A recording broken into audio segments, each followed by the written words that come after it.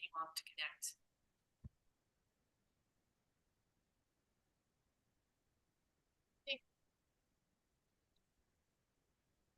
You can go ahead. Okay, thank you. Okay, so the meeting will now come to order. Welcome everybody to the Property Standards Hearing Committee. My name is Matthew Bowlby and I will be the chair presiding today's meeting in accordance with the Statutory Powers Procedure Act. I request that all discussions be directed through the chair and that all participants, staff, committee members are to be treated with courtesy and respect.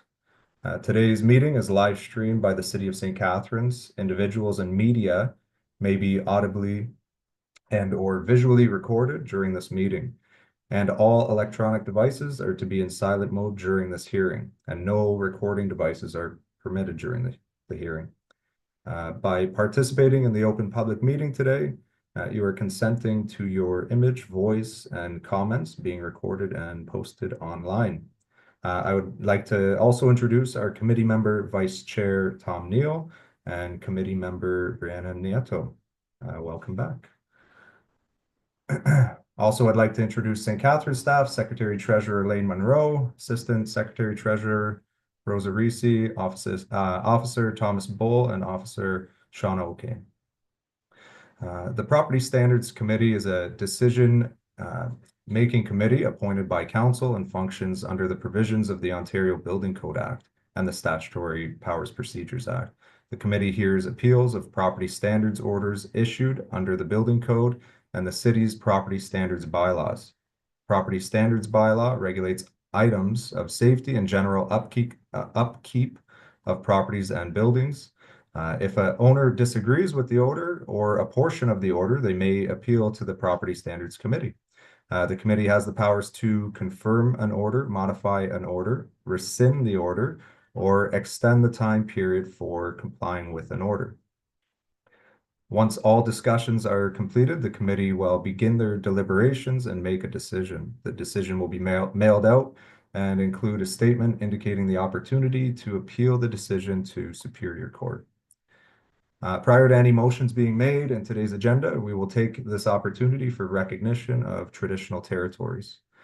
The land on which we gather today is the traditional territory of the Anishinaabe, Haudenosaunee, Attawandarock, and Mississauga peoples, many of whom continue to live and work here today. The territory is covered by the Upper Canada Treaties and is within the land protected by the Dish with One Spoon Wampum Agreement. Today, this gathering place is home to many Indigenous peoples, made up of First Nation, Inuit, and Métis. The Dish with One Spoon Wampum Agreement should remind us all our responsibility to ensure the territories on which we live and work, is never emptied, that we take care of the land and its inhabitants in a way that ensures its future sustainability. So first order of business, we need to have a motion to approve today's agenda. I'll move the motion. Can I get a seconder? Okay, thank you guys. So approved for our April 3rd agenda. Thank you. Next, we need to confirm December 14th and December 20th, 2023 Property Standards Committee minutes. I'll move it forward. Can I get a seconder? Thank you, Tom. Confirm that the minutes for December 14th and 20th, 2023 be approved. Do any committee members have pecuniary or non-pecuniary interest in the hearing today?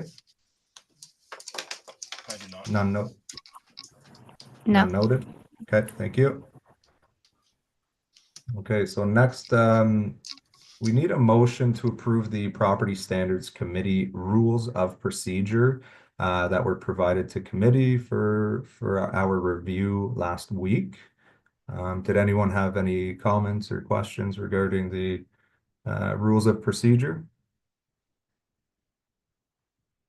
So I'll bring forth the motion to approve the rules. Can I get a seconder? Okay, thank you, Brianna. Okay, so our first and only hearing today is to consider appeal reference number 60.82.297 made by Joseph Menitti regarding the decision of the Property Standards Officer to issue order 24-115-158 MB with 12 items of contravention against the property municipally known as 105 and a half Welland Ave. The rules of evidence of the Property Standards Appeal Committee are informal. However, anyone giving evidence at the hearing as a witness must first affirm under oath to tell the truth. So the way the hearing will proceed, first, the Property Standards Officer presents their case, explaining the investigation and why the order was made. Second, the committee will ask the officer any questions. Third, the owner appellant has an opportunity to ask any questions of the officer. Fourth, the owner will have their opportunity to present their slides or evidence regarding the case. Then the committee will also then have time to ask questions of the appellant.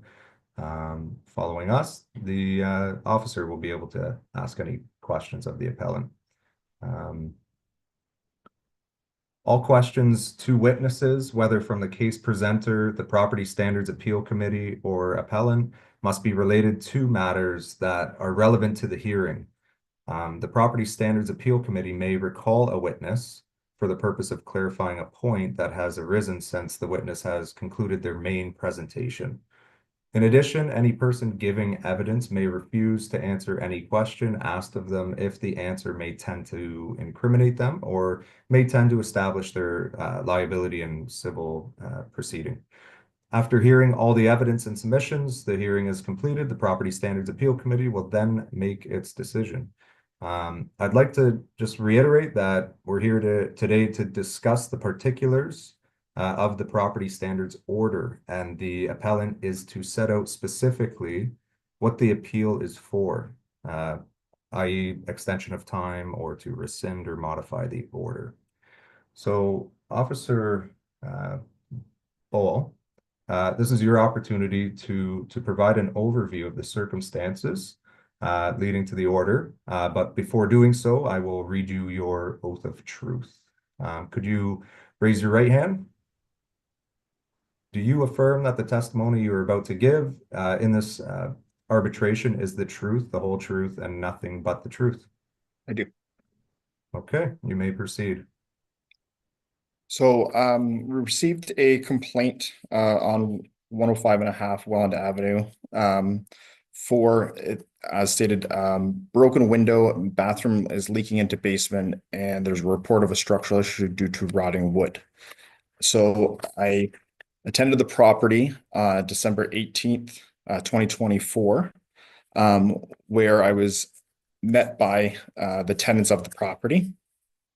I identified myself in my position and provided the issued ID and for the reason for an inspection. So upon the inspection, I was able to walk through the property and determine that there was violations in the property with cracked ceilings, holes in the wall. There was leaking in the from the shower into the basement. The door frames of the property were cracked and broken. The front window of the property has a large crack in it.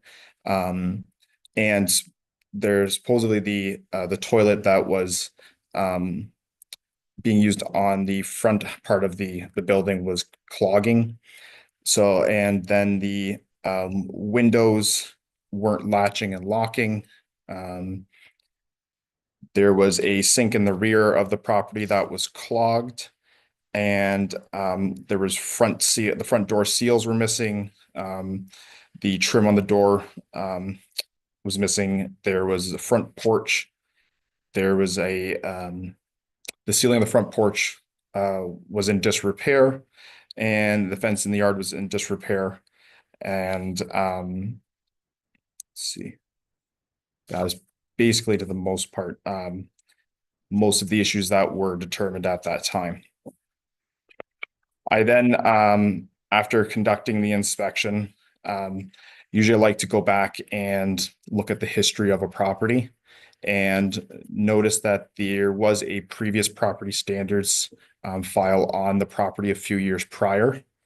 And there was similar violations present at that time on the property that were previously addressed and brought into compliance with the bylaw.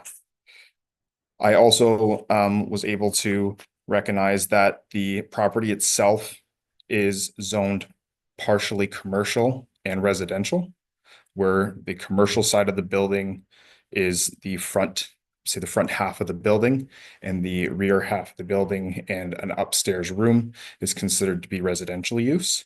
At the time of the inspection, the entire property is being used as a residential use. So there was a previous file opened with our building department with regards to the usage of the property and the change of use not going through with a permit. And due to the history of that, with the Ontario Building Code, once it's recognized that a violation has been recognized for over a year, and there's nothing actioned out on it, that the Ontario Building Code says that the building or building department wouldn't be able to action out any enforcement on that. So the file was closed, and I did forward it over to our building department and to the building inspector manager, just to look into it with regards to it, see if there anything could be done with regards to the zoning or the the change of usage of the property. But unfortunately, due to that expired time, building wasn't able to address any change of use at that time. So there was a zoning file opened with regards to the usage of the property not following what the property's intended usage is. I then end up issuing a property standards order for the property, identifying all the violations, and ended up posting the order onto the property, and also sent the order via registered mail to the property owner. I don't know if you want me to speak to the specific violations or like the pictures that have been submitted, to my assumption that the property owner is requesting an extension of time due to other circumstances with regards to the violations on the property. They wouldn't be able to address those violations due to other circumstances, which I'll let the property owner explain to you. But have had good conversations with the property owner and have had constructive conversation with regards to wanting to comply with the bylaw and coming into compliance, just due to other circumstances that are preventing them from doing so.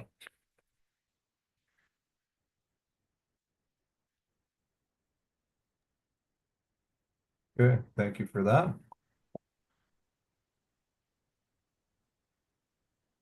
Do any committee members have any questions for Officer Bull?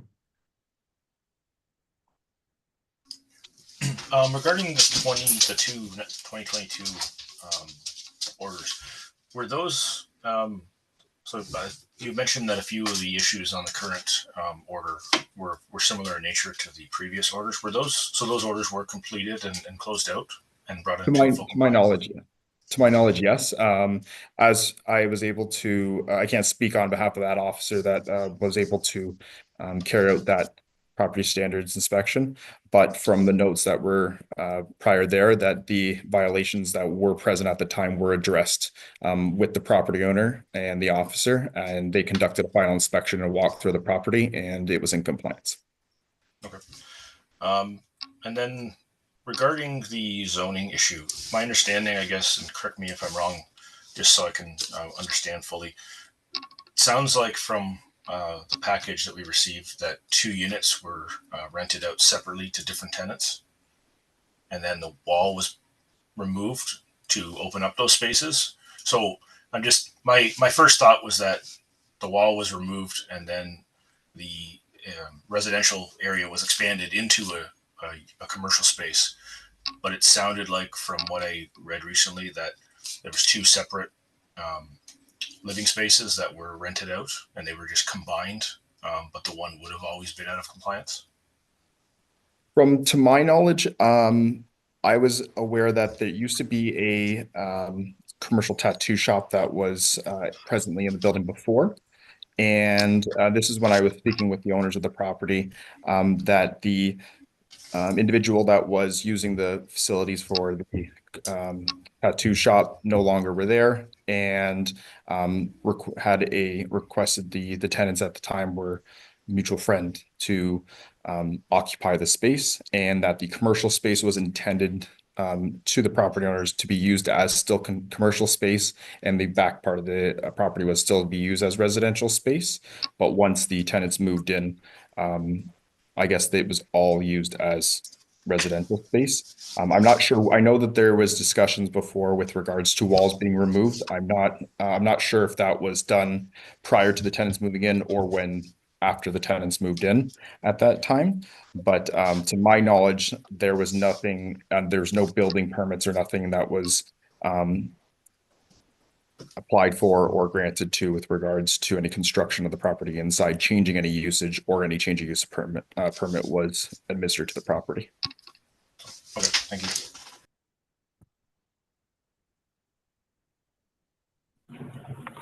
Tom asked all my questions, so I'm good. Yeah, I'm okay as well. Mr. Miniti, did you have any questions for the officer?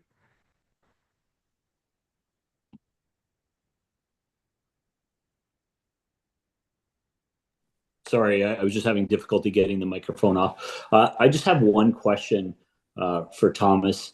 Looking at the photos that he's taken, I just had a question in regards to appears to be an oil tank, and I'm just not sure why that was placed on the photos.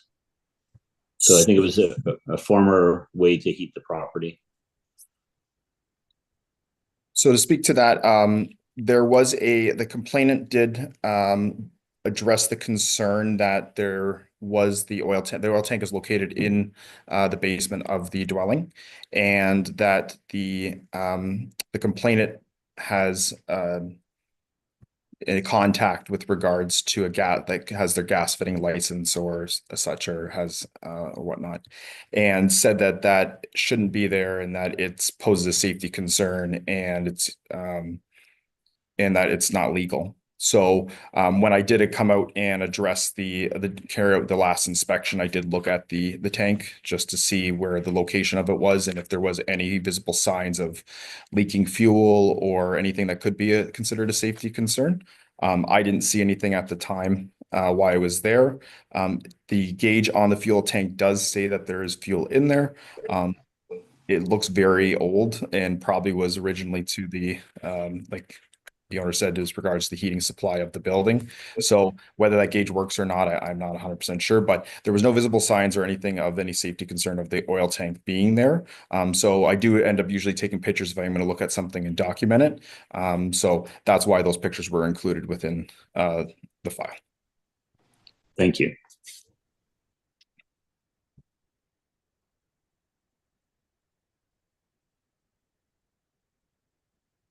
Okay, so Mr. Miniti, this is your opportunity to present any slides or evidence regarding the order and your appeal. Sure. Would you like me to turn on my camera? Yeah, that'd be great. Thank you. You're welcome. Good afternoon, Mr. Chair and members. I'm here to provide you with our side of the story. Do I need to raise my right hand is that something that's required? You're right. Yeah. Thank you. You're Thank you welcome. for that. So our next step would be you raising your right hand. So thank you. Do you affirm that the testimony you are about to give in this arbitration is the truth, the whole truth, and nothing but the truth? Yes. Okay, thank you. You may proceed. Thanks, Mr. Chair. The reason why we've appealed this order is not to dispute the content of the order necessarily. Although there's, a couple things. There's one that's, 2 items are the same, but I'm sure the building inspector would work with us. But it's more to speak to the scope, the cause, and the time to resolve these issues. And the reason why I provided all of you with some information is to have you understand the history on this property, specifically with these 2 tenants.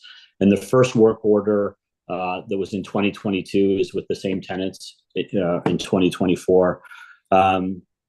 So if you can turn to the slides that I've provided you, and I'm just going to pull it up here. You can just bear with me for a second. So the first one, I became involved in I have my father here with me, and he's elderly, getting older, and so I'm helping him with this tenant since December of 2021 is the first time that I actually met the tenants.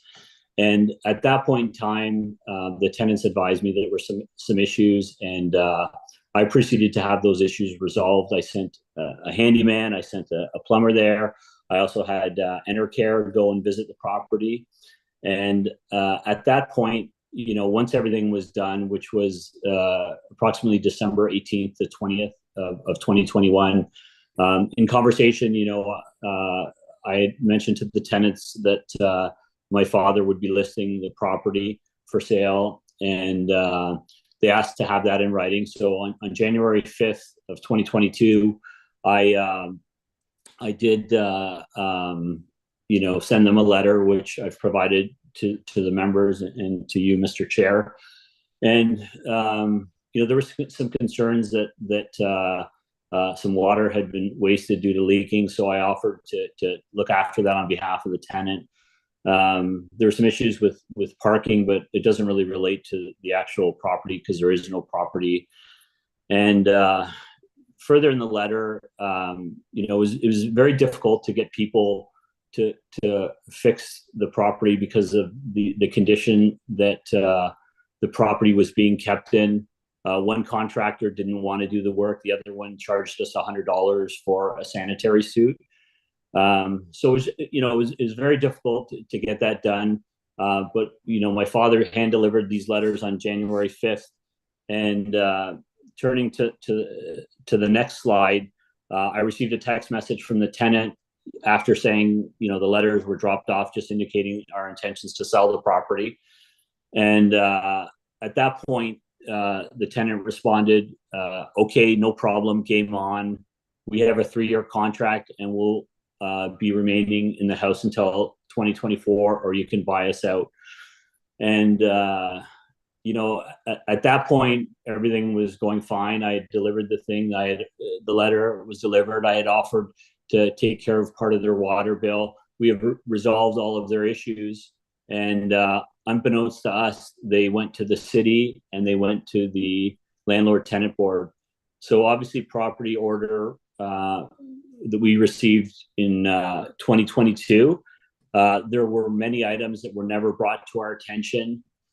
And we found out for the first time from the city. And I think what's important to know, and I did provide on one of the slides that I sent you, is a rental information sheet. So originally, the property was rented out as a tattoo parlor in the front, and the owner lived. The owner of the tattoo parlor lived in the back of the house with his wife. She became pregnant, and she had a disability, so they decided that she would no longer live in the back of the property. It was just easier to find another home. So at that point, the owner of the tattoo shop had his friend come live in the back of the house. And I do believe that he did, unbeknownst to us, he did put up a wall to kind of separate the space. When he let us know that he would be leaving the space in 2021, at that point in time, he told us that he had some friends that wanted to take over the space, to rent the front and the back. And the one tenant told my father he did guitar lessons. So we arranged for leases, which if the city needs them, I can provide them to you, but it was clearly stated that the back portion of the property was a residential portion. And the two tenants have a child together, and we rented them the property. We should have probably, in retrospect, gone back and inspected the property, but they were referred to by this gentleman that had paid his rent on time and kept the house clean. And because it was a tattoo parlor, it was inspected by the Niagara Health, which I provided a report which clearly states that the property, the walls, the floors were all in good condition, and the property transitioned directly from him to the new two tenants. During one of the landlord tenant board hearings, they presented evidence that he actually removed the wall himself, and they joined the space together. And again, unbeknownst to us, when he moved his tattoo parlor, he took away his drop ceiling, he took away his floor. And obviously with commercial space, you're not supposed to remove the shadows that are part of that. But he did, and we didn't know that. And it wasn't an issue in August. It wasn't an issue in September, October, November, December of 2021. But when we provided them the letter on January 22nd, they went straight to the city of St. Catharines and to the landlord tenant board. So, just to provide clarity, and I don't know if anyone has any questions on what I've said thus far. Maybe I could pause, Mr. Chair, just to see if anyone has any questions. No, it's the Okay. storyline's pretty clear to me. Thank you. Yes. So at that point, when we received the order, we're a small landlord. We're a single residential home. My father's older, and it was becoming too much for him. So that's why we told him we would list the home for sale. Once we received the property order, I contacted Mike Bell. I arranged for a call with him and another gentleman, and I don't remember his name, to fully understand the scope of what was being asked of us. At that point in time, I took notes. I provided him a summary, which he said was fine.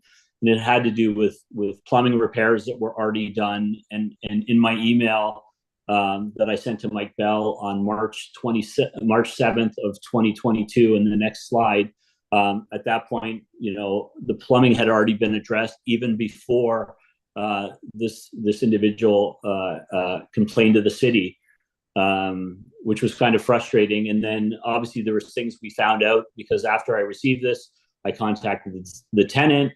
I went in the property and took pictures of what the scope of everything was, so I could arrange to find people to do the necessary work.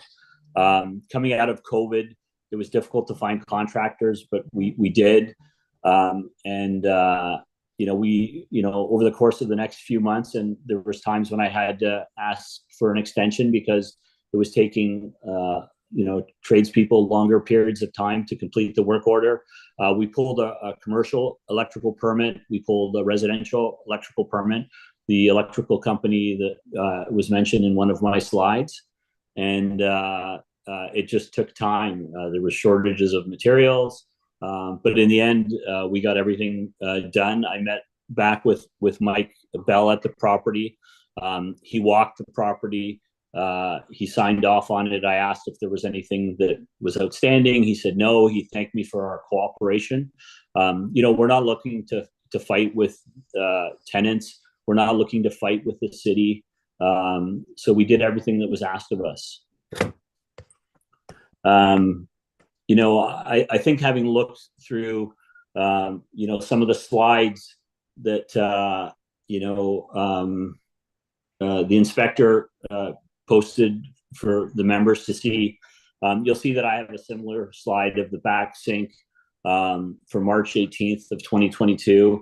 And again, I think it's very easy to see why sinks get clogged. It's not by any doing of the landlord. And, fast forward to 2024, you have a similar sink. Again, this isn't something that I would do, but this is what we're having to deal with. You'll also see in the next slide that there's rotting food on the floor. Again, this was taken on March 18th, 2022. And I'll speak to this further on in the presentation that I have for you, because the same thing holds true today in 2025. Again, you'll see that there was an email sent on after we had done everything, complied to the entire work order. The tenant decided to stop paying rent for August 1st of 2022. And still to this day, one of the tenants no longer pays rent. We've applied back in October of 2022 with the Landlord Tenant Board for an eviction, and we're still before the board today. It's a very frustrating process. It's taken a very, very long time. Again, you'll see, like, there was a trailer that they shouldn't have had on the property that made it difficult to even go to the backyard to bring a lawnmower to cut it. At the time, they had a pit bull, which scared the city inspector when we did our final inspection, but it was difficult for us to go and do any type of work in the backyard to be compliant with the city when the backyard is filled with feces by the tenants. Which the reason why that's important is because part of the issue that the tenants are having in 2024 and 2025 is a result of dog feces, which I was made aware of by a company that we hired, Truly Nolan, that rodents eat dog feces. And this was, it was a challenge for us to get them to look after the property, both on the inside and the outside. So the reason I brought this up is I want you to understand that, we're trying to be in compliance. We're trying to be good landlords, but when the tenants make it very, very difficult for us to be able to do things, it really makes us difficult. And I'll speak to the work order that has been provided to us. The next thing I've provided, so in December, they let us know that there was rodents right away. I contacted Regional Pest Control. I met on the property on December 23rd in the midst of holidays because my wife is terrified of rodents, and so we treat them the way we would treat if it happened in our home. And I visited the property. I spoke with the owner of that business. He advised me some different things, and in the end, he said, if the tenant had already called Truly Nolan, which they did, you might be better off to work with them because the tenant believes in them, and they're a much larger scale company. So at that point, we did engage Truly Nolan for over the last 3 months to deal with the rodent issue. Moving on to the next slide. So in January of 2024 or December. Sorry, did someone want to say something? No? Okay. In December of 2023 or 2024, I was contacted again by Mike Bell because of the state of the garbage in the backyard, again by the tenants. The next slide shows 2 full garbage cans that are filled with dog feces that are not and have not been taken out to the road by the tenants who own the dog. You'll see there's lots of garbage. I did provide the city with pre-photos and post photos. And again, the gentleman that took them all away was very upset because it was 2 full, 40, 50 gallon garbage cans full of dog feces. He got covered in them, but again, he took them all away. He took out all the garbage, took it off to the dump. I again provided photos to the city.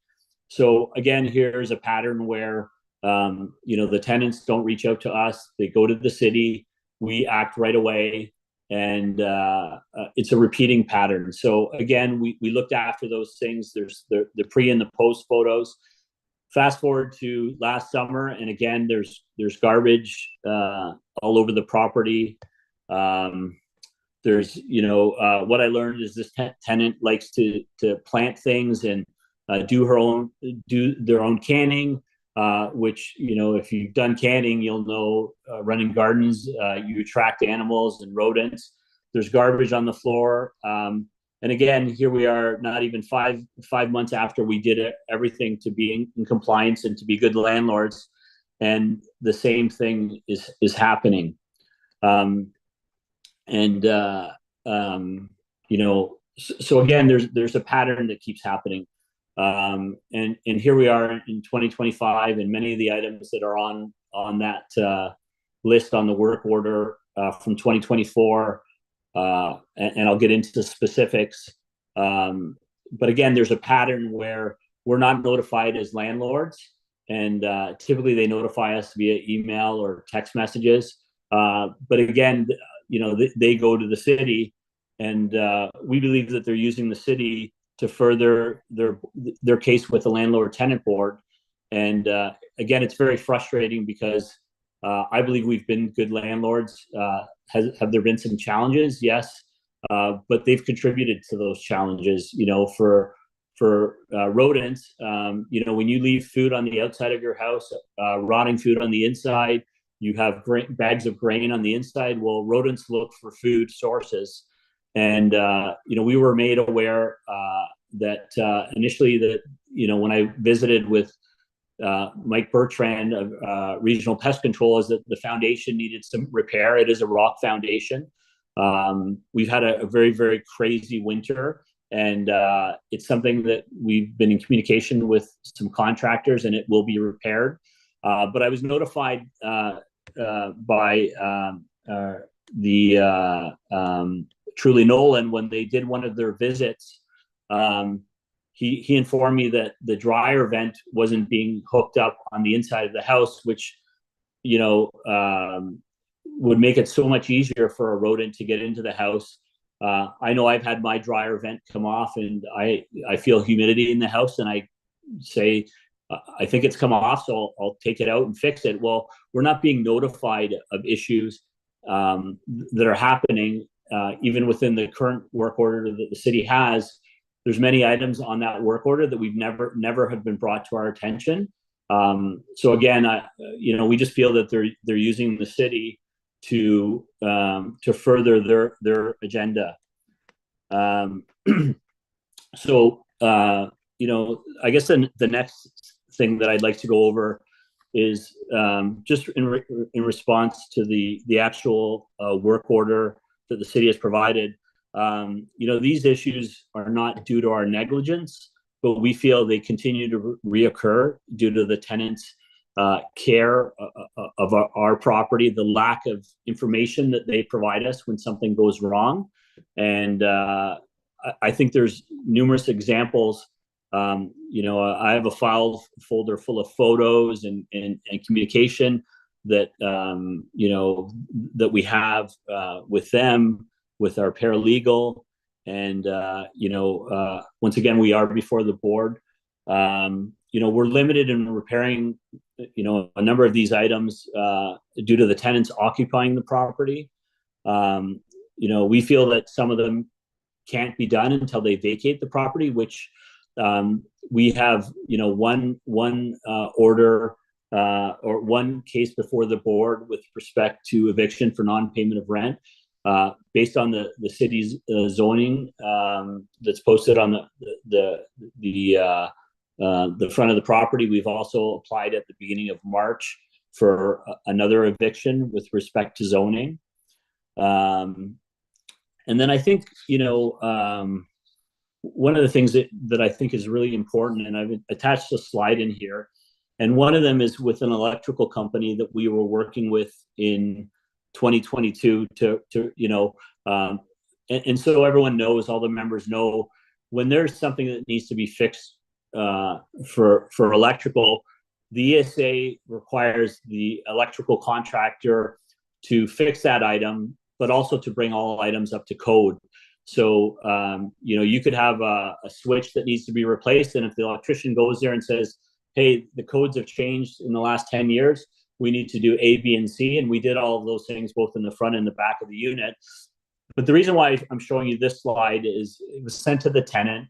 It says, hi, so-and-so from electrical contractor would like to schedule Monday morning at 8 o'clock. Please, he said he tried calling you. So what I'm trying to show you is it's very difficult with these tenants to get things done because they don't respond to the contractors. And then you can see the response. Yes, for 10 a.m. For Monday, anytime after 10 a.m. So the original message I sent was on a Thursday, and I was asking for the following Monday. When you're dealing with contractors, electrical contractors, they don't start their day at 8 o'clock, at 10 o'clock. They go to suppliers, they pick up the materials they need, and they like to be on site at 8 a.m. But again, this tenant was very difficult. The next attention I'd like to bring you to, so due to the water leaking in the basement, which is one of the things that Mr. Bowl brought up, we engaged 3 different plumbers. One of them was outlandish in terms of their quote. The second one wouldn't go back, and the third one, again, hi Jeff, just wondering if you had a chance to look at the drain on the bathtub. If you can do so today, thanks, Anthony. He left 2 messages. Again is showing that even when we try to get things repaired, it's very, very difficult. This repair was finally completed today, almost a month after I initially contacted this individual. And it's very difficult because people go there and then they don't want to do the work because of the way that the house is kept on the inside. And again, they make it very, very challenging for us.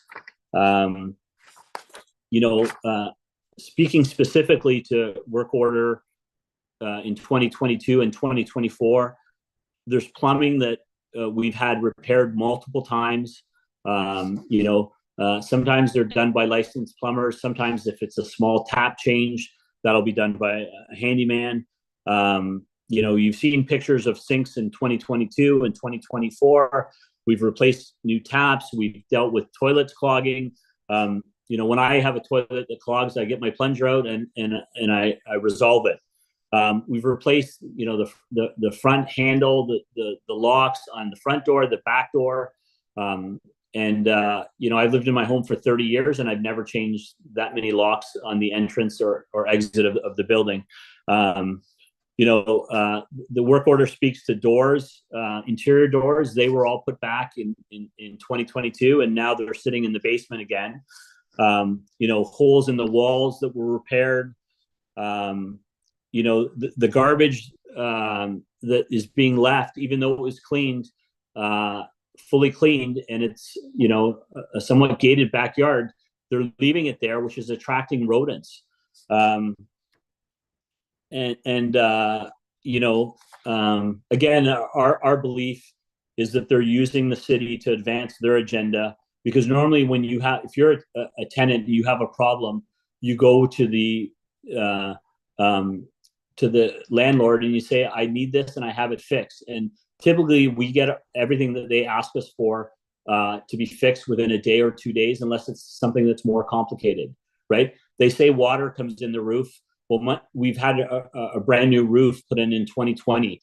They leave the skylight on the top of the roof. It's been open for the last 2.5 years. We had snow yesterday. We had rain. A skylight doesn't prevent those things from coming in when it's open. And I visited the property again yesterday. So these are the things and the challenges that we are facing. So again, the purpose isn't to dispute some of the things with that Officer Bowl has outlined.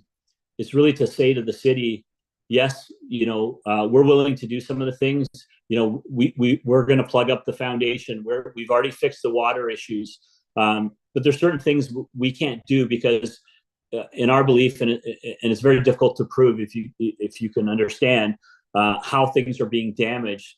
But we don't have control of that property, and part of the landlord-tenant board is that you have to allow a tenant to have reasonable enjoyment of the property. If I started scheduling, a visit every week or every month, when my father goes and knocks on their door, they complain to the landlord-tenant board. So I hope that I've done my best to paint a picture for the city, so you truly understand. I did provide you with a timeline of all the repairs that we've done since 2021, and we continue to do into 2025. We're not negligent landlords. We're people that care about the people in our community. And I think it's important for the members and for you, Mr. Chair, to know that.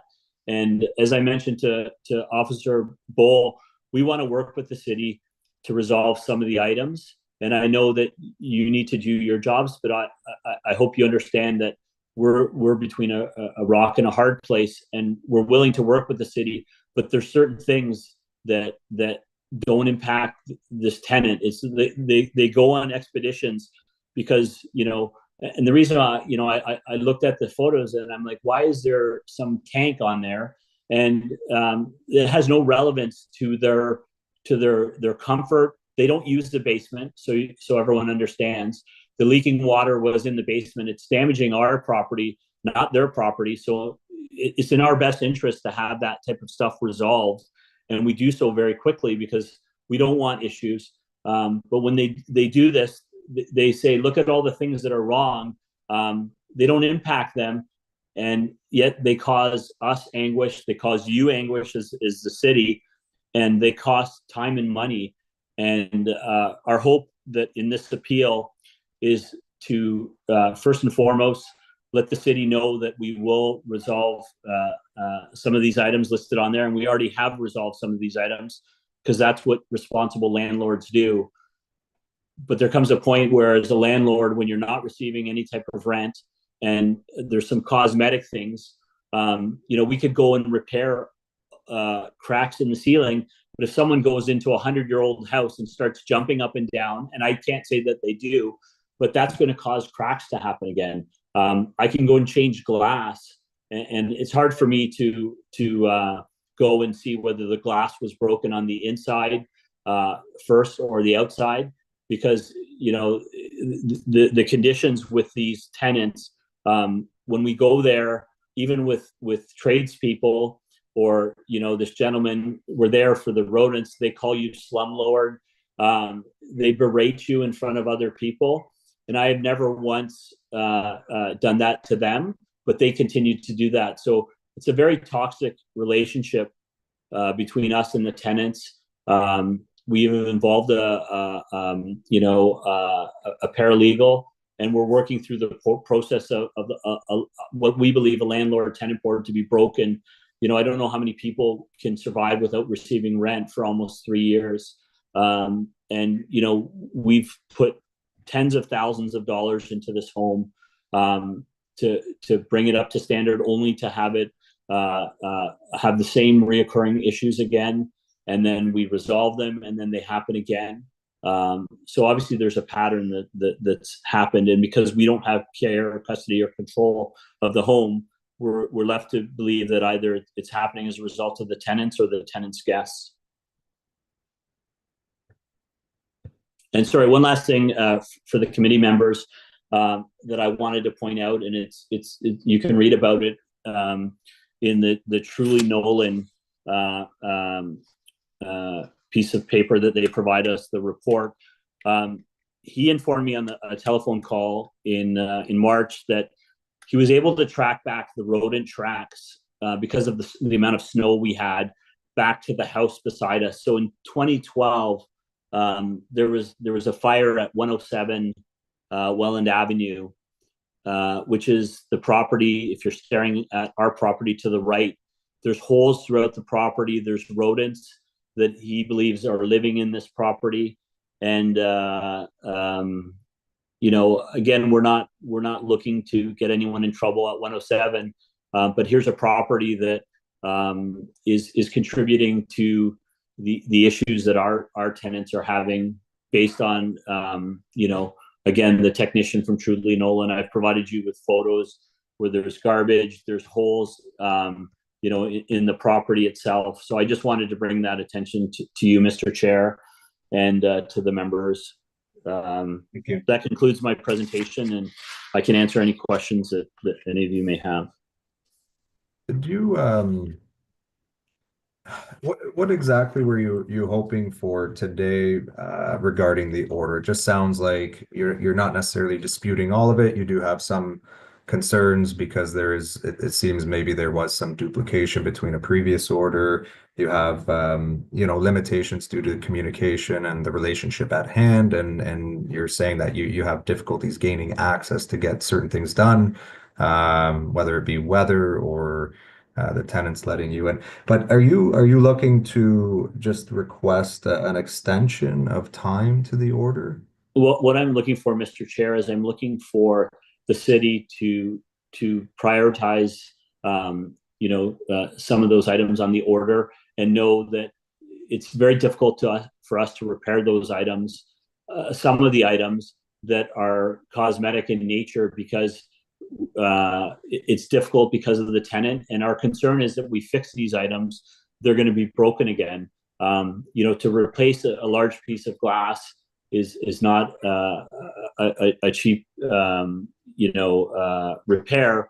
And if the tenant goes and breaks it again, then at that point they can call the city again, and like we can continue to be down. Like, we own that property for over 10 years, and we've had numerous different tenants in there and never had one issue with the city, never had one complaint. And here we are in 2025. In the last 2.5 years, we've had 3 complaints to the city. We've acted on them. So, Mr. Chair, to answer your question, is I would like to work with the city of St. Catharines to resolve what we feel are pertinent issues that affect the tenant's current stay. And again, we don't know how long that'll be, because two matters of eviction are before the board. And so my willingness is to work with the enforcement officer and ask for a stay on certain items that are listed on that work order, knowing that some of the items have been repaired 2-3 times. And there comes a point where if I keep doing things, there's things that can't be repaired, because the cause is by the person that's asking for things to be repaired is the cause of those repairs. And you do it once, you do it twice, and then like I said, again, some of the things are venturing into the 3rd, 4th time. I have a mow and tap at my house. I've had it here for 20 years. We had a mow and tap at that house, and if I take a mow and tap and I push up on it, it's going to start leaking. But again, in those type of scenarios, we don't say you broke the tap. We go and fix it. So what I'm hoping from you and the members is that you stay the order. We make some decisions, or you make some decisions on what we must do, and knowing that we are before the board. We are for an eviction for non-payment, which is approaching close to $40,000 from both tenants, and that would be our ask. Okay, thank you. No, I can appreciate that, and I hope you appreciate our position. So basically, we do have some of these base building items that a foundation that's cracking, a ceiling porch. It looks like you have some tongue and groove that is starting to come down. Maybe some nails are coming out. I'm not sure what's causing that. So these are things that, and again, when we have an order brought in front of us, we just have to, as a committee, decide based on the evidence that, yeah, we're going to confirm it or rescind. And as of right now, it sounds like the things that you have ongoing, that you may have done before relates to a sink leaking in the basement, something to do with the doors. And I'm kind of more curious about that, the things that you've done, and that are being asked of you again. And I only ask because really all I'm seeing is there's a leak, and all I've heard on the previous order is that there's a leak. So Yeah. normally in this situation, normally a plumber would come in and identify, what that leak is, and maybe the first round they would have fixed, Yeah. the issue. Is it the same? Do we know from a plumber, is it the same issue, or what is the concern there? Yeah, great question. So from the leak was addressed in December of 2021. It was pertaining to the bathtub drain, and again, that was repaired by I believe it was Able Plumbing. I just actually got the invoice today from him, and so that's one leak in one area that's been resolved. We've had to, multiple leaks in bathrooms, so toilets, sinks, kitchen sink, kitchen drain, and these aren't items that are 100 years old. These are copper, PVC, items that are new and that they're constantly having to be replaced. So to speak to the plumbing, it is a leak that again has occurred. It was done by a plumber in 2022. It was done again by a plumber in 2025. And then there's between toilets and sinks, there's two toilets in that house, two bathroom sinks. There's a kitchen sink. There's a sink that you see pictures that is full of a residue, so when I go through the order, I did make some highlights of things that we've already addressed, being the plumbing, the holes, and again, the doors were something that we had all the doors on the inside of the house. They were all put back because that was part of the discussion with Mike Bell, and that now they're missing and sitting in the basement again. So I can put a door back in, but if they decide to take it down, there was times when they had a marijuana grow up in the front part of the building, and then they moved it to the basement. So they're always moving different things, and okay. Again, that's something that we can't control. Okay, that's good. Thank you. Did any other committee member have questions for Mr. Minity? In terms of priority for the 12 items that are on the order, probably want to reach out to the officer in terms of some of those, but are we able to pull those up and kind of go through, I guess, your expected or your preferred timeline for ones you could kind of identify and work with immediately, and then ones that you'd like to defer, and maybe point out some of the ones that were on the previous orders from 2022? Yeah. So like, for instance, item number 1 is exterior walls of the residential building and accessories buildings and their components, including soffits, fascia, not maintained. I mean, I went to the property yesterday. I do see that there's a piece of downspout that's missing in the back. We have no problem, tying that into the weeping tile of the house. We are and already have engaged someone to repair the foundation. There is no water coming into the foundation. The concern there is we don't know if mice are coming in there. In 4 months, there was one from December to April. There was one rodent that was caught in the house, and we continue to have that program where they visit. With respect to the porch, I did see the porch yesterday. There's 3 pieces of wood that maybe just need another nail. It's something that could have been replaced, and that's why it looks that way. I don't see them necessarily falling below where they should be, but I have no problem looking at that. I believe item 3 has already been repaired. Section 4 is a downspout, very, very easy. Walls and ceiling, like we repaired the holes in 2022. And again, I see there's pictures with cracks, but again, we could have someone come out and replaster that ceiling. Again, it's cosmetic. It's not falling. They've never said that anything's falling. There's no danger to the tenant. But again, if we do that and they decide to do whatever they do, and I don't know that.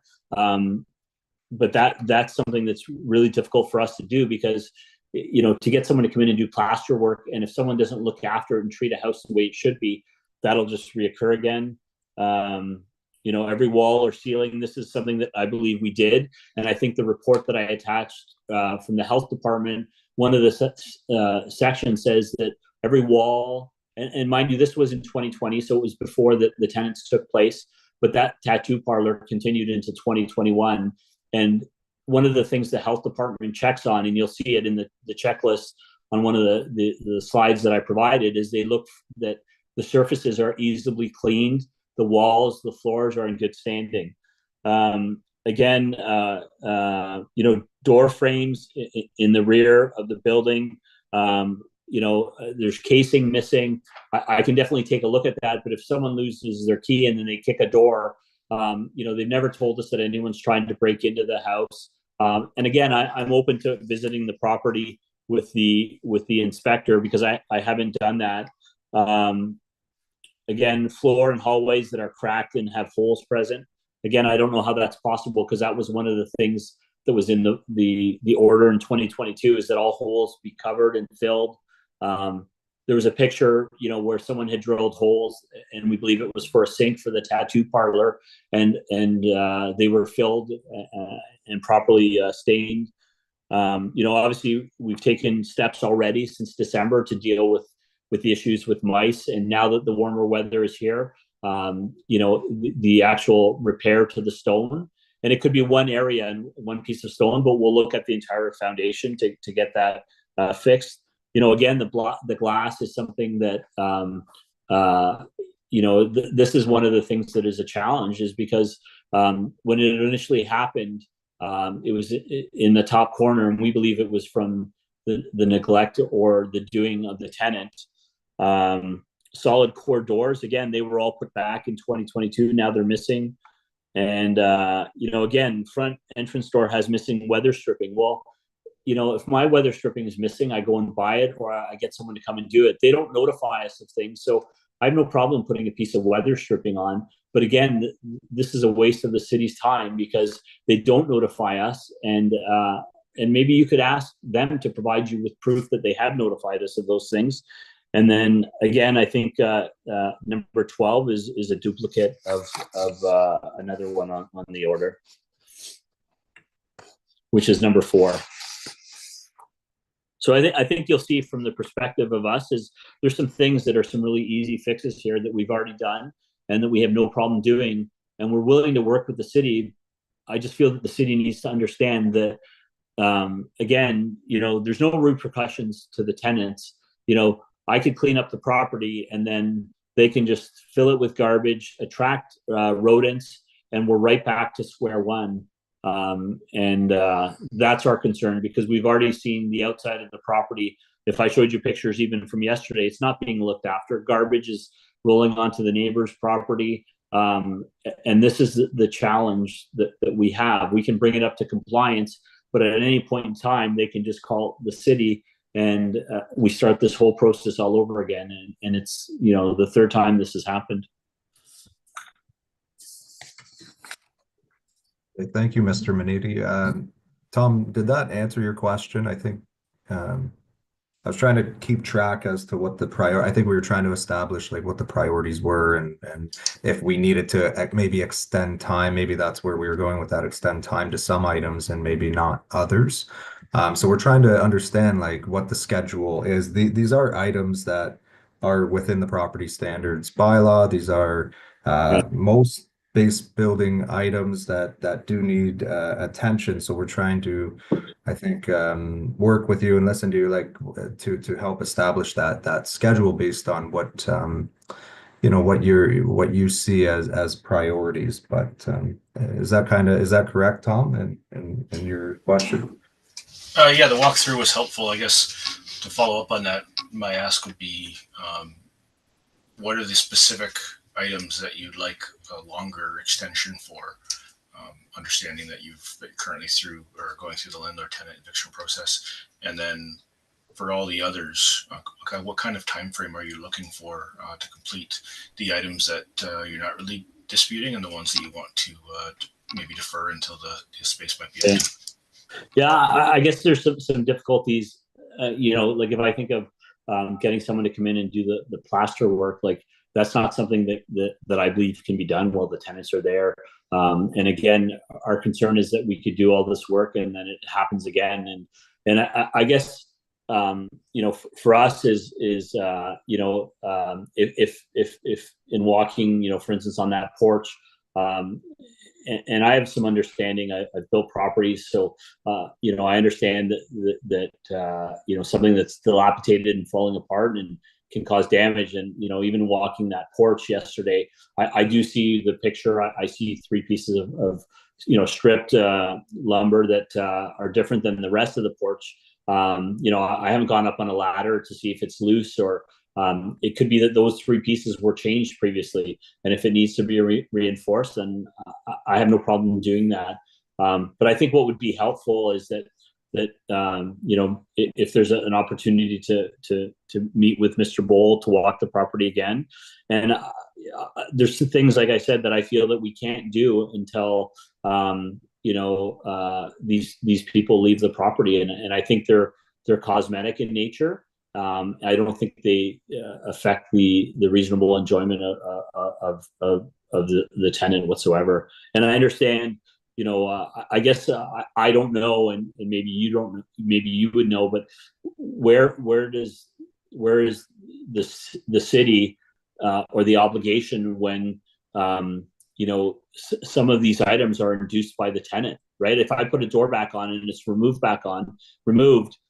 when your bylaw officer signed off on it, well, then at that point, is that something that we could do this all the time? I go put the door back tomorrow, and on Friday they call it. Like, I guess from my standpoint is, where is it that, and when will the city draw the line to say, well, you know what, this person, an order's issued, they become into compliance. An order's issued, they become into compliance. An order's issued. Like, at what point is it 3 times? Is it 5 times? Like, that's my concern, because there's a pattern here that continues to happen. And, I believe that the city and ourselves are being played by a tenant. And I understand you have to adhere to the property standards, but there's got to be something within that property standards when it says it's inflicted by the complainant. That baffles me. And that's where I would hope that you might provide some or shed some light. So of the 12 items, can you specify which are the specific ones you'd like an extended period of time? Yes. So of the ones that are concerning for us is wall and ceiling. So number 5, the holes. Again, I guess number 6. This is, again, I've never seen this before. Like, it's not like it was ever brought to my attention by the tenant. So when I received this order, we're seeing it for the first time. So again, number 5, number 6, and again, there might be some things that we would be willing to do on number 6. But again, until we're able to, because these are all very general items, right?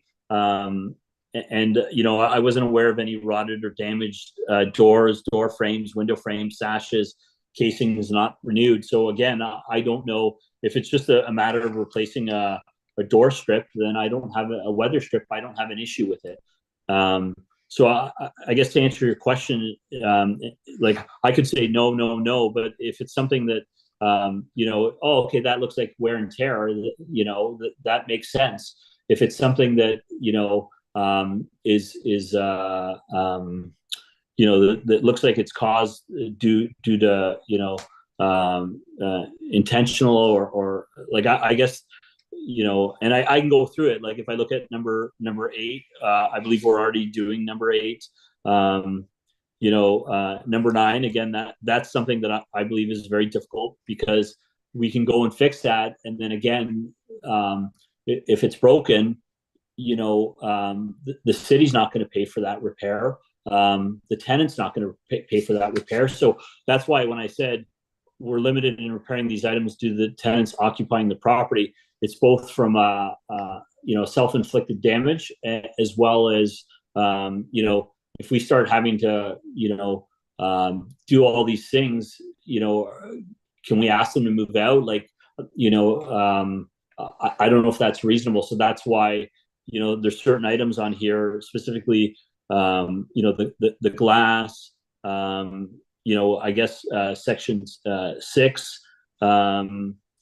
and other than that, like I don't think we're that far off. But what's important for me, and again, the intention of our appeal isn't necessarily to dispute the items on this list. It's to shed some light on why they're occurring, and ask the city to the best of your ability to stay some of these things, so we can work our process with the landlord tenant board. And it's not a quick process. I'll be very, I think you guys know that we've applied since October. We've had hearings that was supposed to be expedited if they didn't pay rent on February 1st, 2024. And here we are, April 3rd, and we still haven't got that hearing. We applied to the board again at the beginning of March. So, to me, the biggest two that are concerning for me are the glass and the, all the plaster work that may be required, because you can't just go in and, put a dab of paint on cracked plaster. But again, that shouldn't happen in a normal house unless someone's upstairs jumping up and down. And I'm not saying that that's the case, but again, there's to me, things don't happen. It's not like we're buying cheap products that are, we're buying items that are at your big box stores.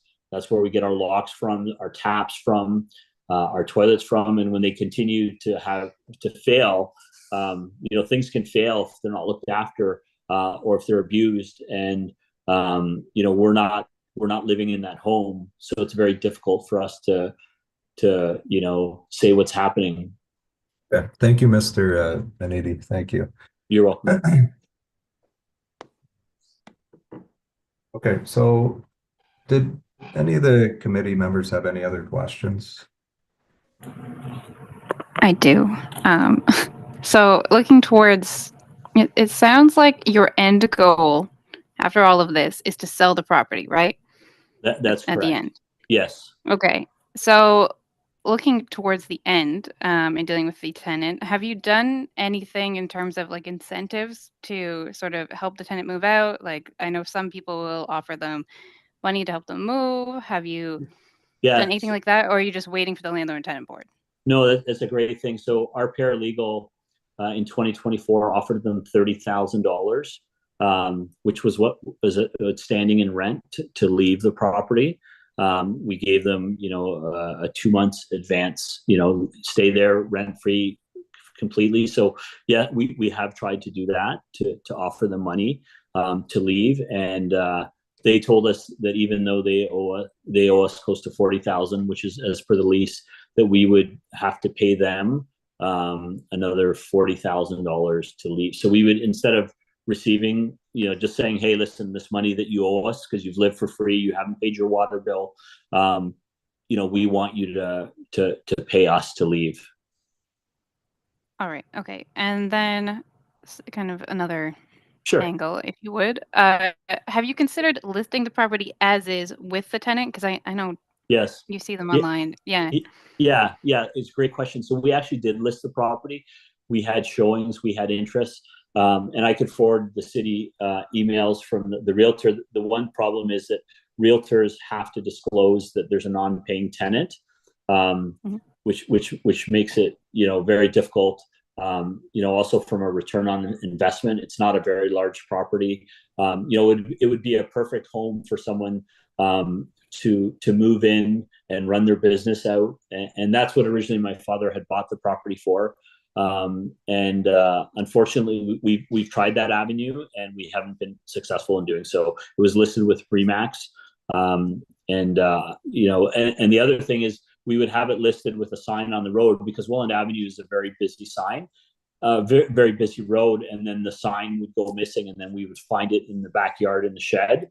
I have a picture where our guy went and cleaned, when he cleaned up in January, it's there. So I would have to contact the tenant to say, listen, our realtor went by there and the sign is missing. So we've tried that as well. Like we're trying to, my father's 87, and this has caused us a lot of stress and financial hardship.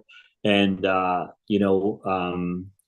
we've tried so many different things, and no matter what we do, it's never enough. All right. Okay. It's good to know just for context. Yeah. Yeah. And I'd like to more focus on numbers of days to complete some of these things.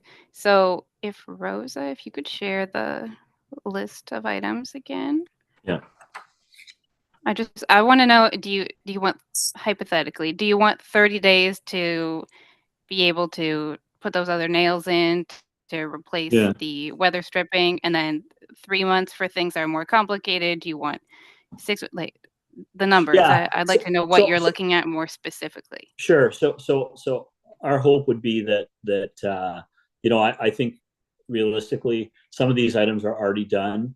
Now that the nicer weather is here, we can definitely walk the foundation. And I was talking to the contractor earlier this week, and he's like, of course, as soon as the weather breaks, everyone becomes really busy. But we talked to him in January, we talked to him in February.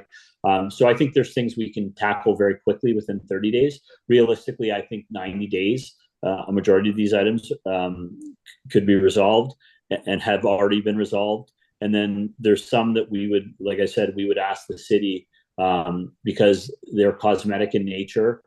They don't affect the enjoyment of the property, that we would ask for, maybe as many as 60 days in order to be able to work through the process with the landlord tenant board.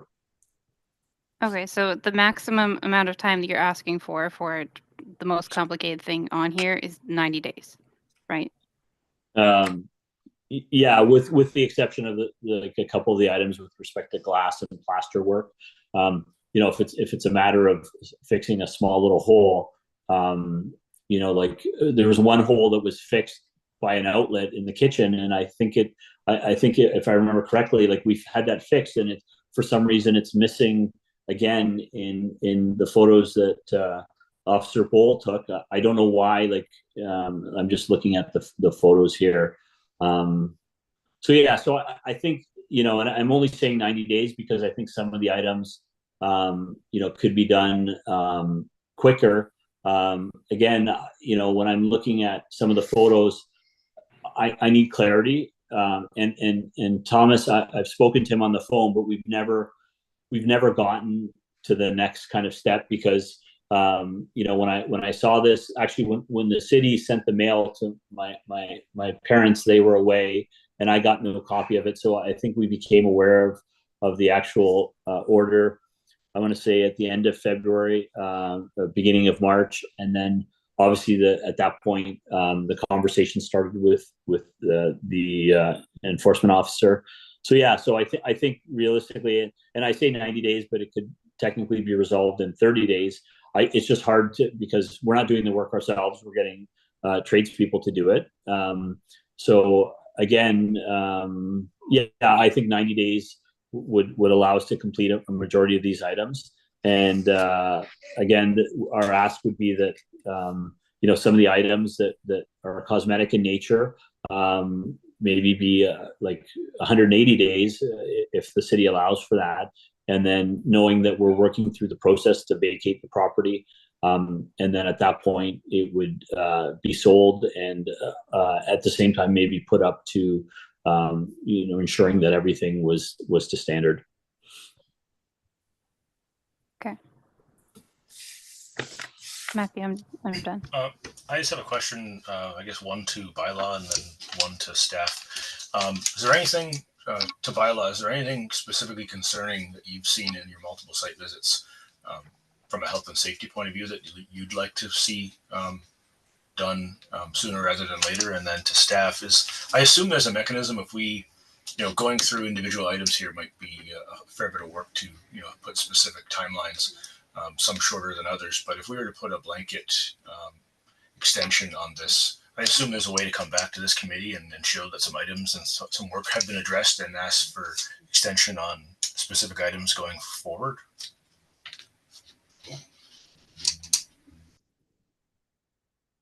Through you, Mr. Chair, would you like me to answer the first question? That was Yeah, thanks. Okay. Yeah. So one of the few of the main concerns that I had, which today actually, yes, as Anthony ended up stating that the drain was fixed that was leaking into the basement. That was one of the major concerns because it was a fair amount of water once the shower was turned on or the sink was turned on.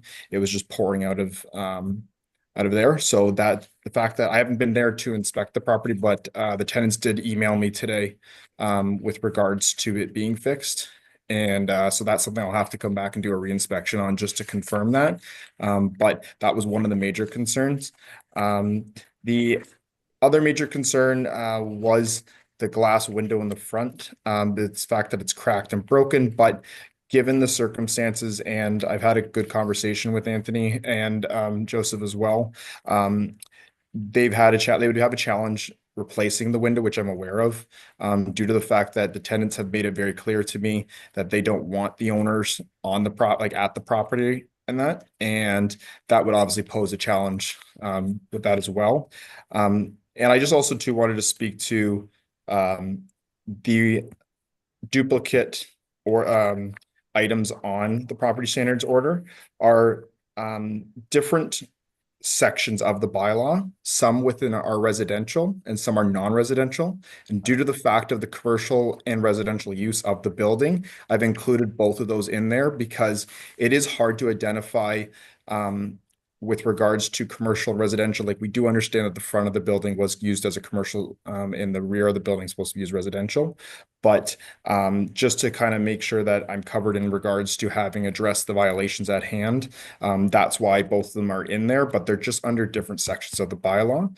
So there might not be as many items as you see here that have to be done. It's just the fact that they're coming from different sections to address those matters that depending on if the situation was to get challenged in that regards to the violation. Thank you. Going back to your question, Tom. Sorry, if you can rephrase your question, Member Neil. I think you're saying, could we bring back maybe a meeting of sorts, or can we do this in pieces? I think that's kind of where you're going. If you could rephrase that question, maybe I can help. Yeah, I think Elaine might have been ready to answer, but if we give a blanket extension of however much of time, is the owner able to come back at a later date and say, look, we've completed these items, the remaining ones we'd like a little bit more time? Or is it a single extension and then everything has to be completed by then? In our experience with the city, you guys have always been willing to work with us. So I don't know if that answers your question, but again, I think when there's two parties that are trying to achieve the same thing and have the same goal in mind, and again, we don't want water going into our basement. We don't want rodents in the house. So and that's why I said to you, I think we can get some of these items done fairly quickly. And our goal is, our priority right now is to seal up the foundation if there's any holes. We haven't actually physically seen any holes from the inside or the outside. There's no water coming in through the holes. But again, we want to ensure that that's the case. And we've had that on our docket since, December and January. Okay, thank you. I think, I don't know, Officer O'Kane, if you would help reassure me, but in the event we give an extension of time and it's not completed by that time, I do believe we have tools. Number one, we ultimately, yes, we want to work with the appellant and resolving this in a mutual way. But I think if it's not complete, then then I think once the hearing's complete, it's final, it's confirmed, and then bylaw officers, I think, and correct me if I'm wrong, have the ability to make sure that these items do get done.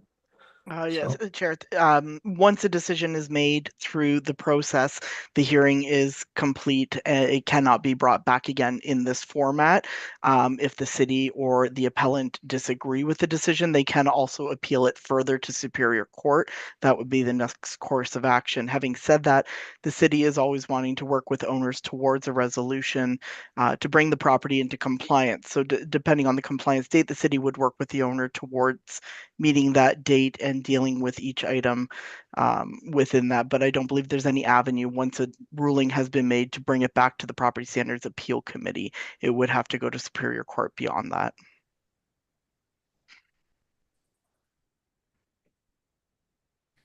Okay, so just to further clarify, if we give a extension and 11 of the 12 items are completed, but there's one that they need an extra 3 months, there's a mechanism that the city has internally to extend that date, even though the order from this committee might have been changed. The city cannot provide a formal extension. They can reschedule their follow-up inspection based on information and evidence provided, and depending on the situation. And we've done that in the past. For example, in situations where a time limit has been given till November to complete exterior repairs, and everything is done with the exception of painting, and the winter weather has now arrived, it's now too cold to paint and not a reasonable expectation, the city would reschedule their follow-up inspection to the springtime, allowing the owner the time to complete that item.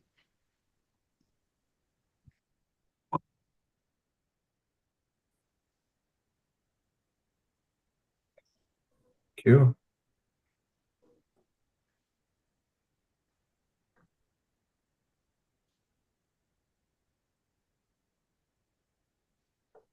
I'm not as familiar with Zoom, but I assume that these are all the people here. But I do have to ask if there are any other members of the public that wish to speak. I don't know if there's anyone behind the scenes here that want to speak, but they would have the opportunity to ask any questions.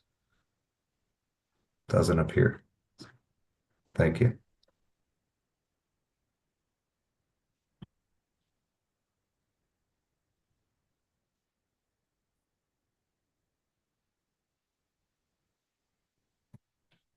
Okay, I know we've all had an opportunity. We've heard quite a bit, but this is the opportunity where we really just have some closing submissions, where the city's case presenter, Officer O'Kane or Bull, will provide their closing submissions, and then the appellant will have their opportunity for closing submissions, and then that's when committee deliberates, and we'll come up with a motion regarding the appeal decision. So, Officer O'Kane or Officer Bull, did you want to summarize any closing submissions? With regards to closing submission through you, Mr. Chair, I have no problem working with the property owner to have the property brought into compliance based on certain circumstances. So far, we've had, like I said, very constructive conversations. I think maybe addressing the violations that are present in person, walking through the property would be a great opportunity. If we're able to do that without any challenges from possibly the tenants due to the circumstances, we could set that up and maybe determine with regards to what has to be done, and the timeline that they can possibly be able to bring the property into compliance. And basically going forward with that is I could definitely see that it is a challenge due to the fact that we are given a certain timeline under property standards, and given the circumstances which the owner's in with regards to the tenant and the relationship there can pose the challenge onto how much time can be given. But I have no objections with regards to rescheduling a follow-up inspection based on circumstances, if need be, if there was, say, for example, like Mr. Deal said, that if there was one outstanding violation at that time, that we can address it and work together with the owner to reach that compliance of the property standards bylaw. But I do have to say with all respect that so far Anthony and Joseph has been great so far to work with and have been very respectful and professional, and I don't doubt that that will continue to go on to be able to bring the property into compliance going forward. Thank you. Okay, good. Thank you for that. Okay, Mr. Minetti, did you have any closing submissions you'd like to provide? I just want to thank everyone for their time, Mr. Chair, the members, officers, and the last thing in closing, I just want to let you know that we're committed to working with the city to resolve this issue. It's obviously unfortunate, and I think these are circumstances that maybe they are or maybe they're not something that you guys would encounter on a regular basis, and I would just ask that you consider the history and the what I've presented to you to understand why we're at where we are today. And it's not because we've chosen not to do things, but when you can't fix things when you're not made aware of them. And again, I'd like to go on record as just saying I believe that these tenants are utilizing the city and the city's resources and taxpayers' money when it's not necessary. And because our belief is that they've caused damage to our home, and not only do we have to pay for it, but we have to go before committee and explain it. And there's costs obviously associated with doing these things. And again, our hope is that we can work with you to resolve these issues. And again, thank you for your time. Okay, thank you very much.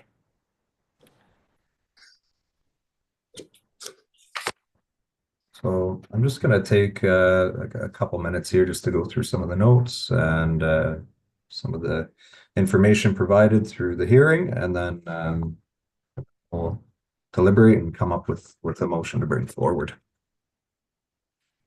Is that something you'll do now, or is that something that I would leave, or No, this is okay. Yeah, you stay there, and then okay, sure. Yeah, we'll be back momentarily. Yeah, no problem. Thank you.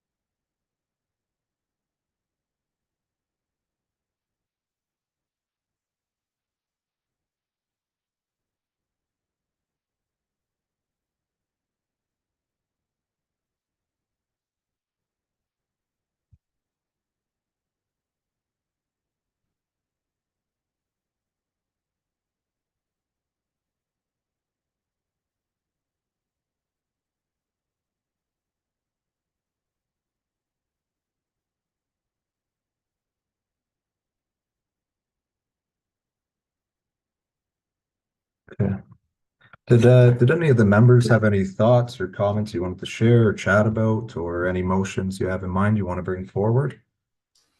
I was prepared to bring forward a motion if nobody else was Okay. eager to.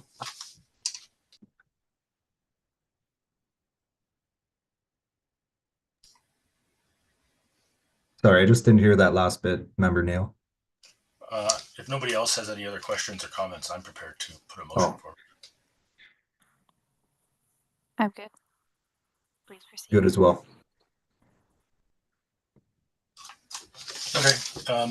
On the basis of the good working relationship that the city's identified with the appellant, and that the appellant seems to be willing to act in good faith and address the issues that have been identified, I move to extend the time for compliance for the Order 24-115158 MB by 7 months to Monday, November 3rd.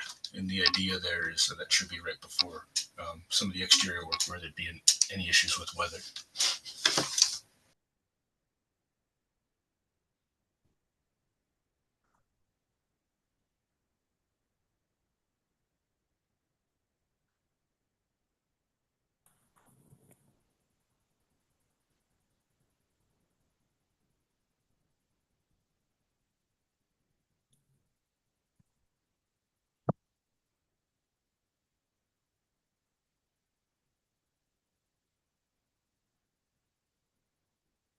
Okay.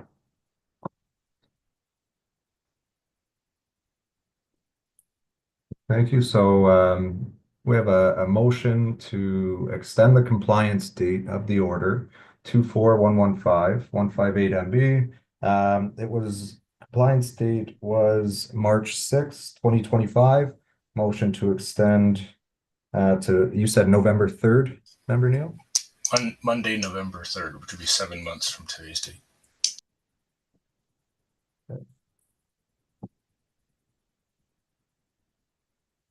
Okay. Okay, do we have a seconder on that motion? I'll second it. Okay, seconded from Member Nieto. So all in favor, raise your hands. 2 out of 3. That's carried. So it's moved that items 1 through 12 of the property standards order, the compliance date be extended from March 6, 2025 to Monday, November 3rd, 2025. I just have to do our final disclosure here. So we, the undersigned, duly appointed members of the Property Standards Committee of the Corporation of the City of St. Catharines, constituting a majority of the said committee, sitting on the 3rd day of April 2025 to hear an appeal from Order 24-115158 MB of the Property Standards Officer dated the 13th day of February 2025, and having considered all the evidence filed and representations made, make the following decision: that in the opinion of the committee, the order meets the general intent and purpose of the property standards bylaw and the city's official plan, and direct that items 1 through 12 be have the compliance date extended from March 6th to November 3rd. Of 2025. In accordance with the Building Code Act, the municipality in which the property is situated, or any owner or occupant or person affected by the decision of the Property Standards Committee, may appeal to the Superior Court of Justice by notifying the clerk of the municipality in writing and by applying to the court within 14 days after a copy of the decision is sent. So this concludes all of our scheduled hearings for today. Thank you to all participants for today's hearings.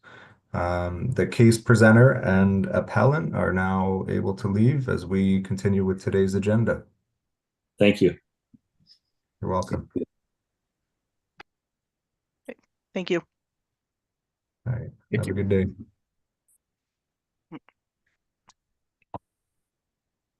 All right. Thank you, guys.